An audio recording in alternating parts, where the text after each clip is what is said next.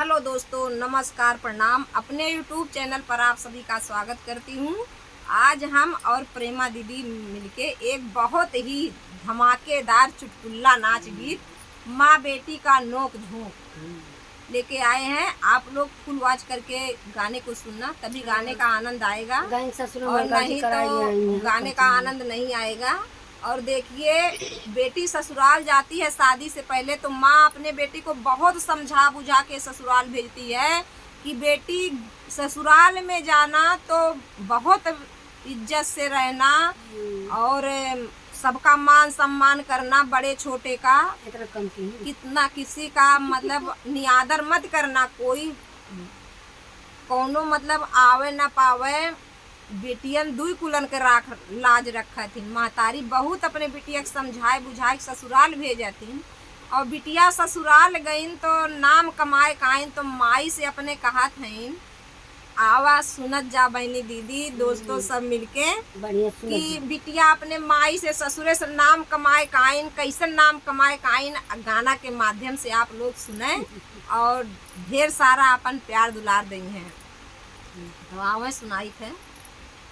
कमाई अइली हो कमाई अइली, अम्मा ससुरे में नमवा कमाई अइली, हे अम्मा ससुरे में नमवा कमाई अइली।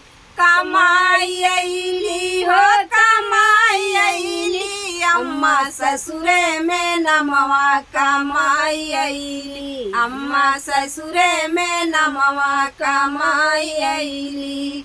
हमारे ससुर जी के चार बेटुआ हो, चर चर बेटुआ। हमारे ससुर जी के चर चर बेटुआ हो, चर चर बेटुआ।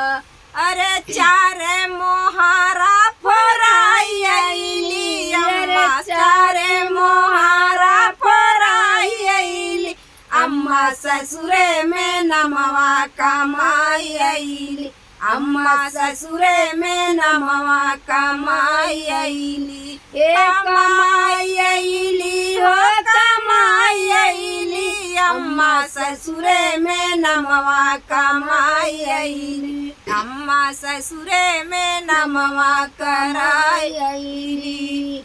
सास ससुर का लाते मरली हो, लाते मरली, सास ससुर के लाते मरली हो, लाते मरली। अरे सस जेठवा के मोचिया मुड़ाई अइली, अरे जेठवा के मोचिया मुड़ाई अइली, अम्मा ससुरे में नमवा कमाई अइली, अम्मा ससुरे में नमवा कमाई अइली। हे कमाई अइली हो कमाई अइली, अम्मा ससुरे में नमवा कमाई अइली, अम्मा ससुरे में नमवा कमाई अइली।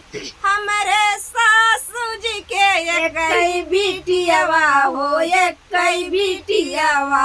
हमारे सासू जी के एक बिटियावा हो, एक बिटियावा।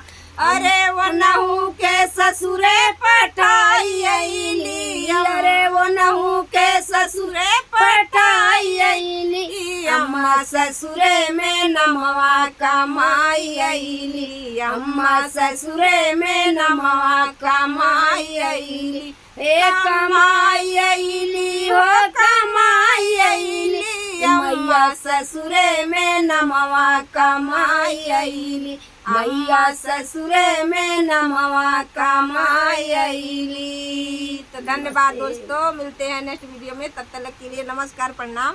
देखिए बेटी कितना बड़ा नाम कमा के आई। आप लोग फुल वॉच करके ही गाने को सुनना, तभी गाने का आनंद आएगा।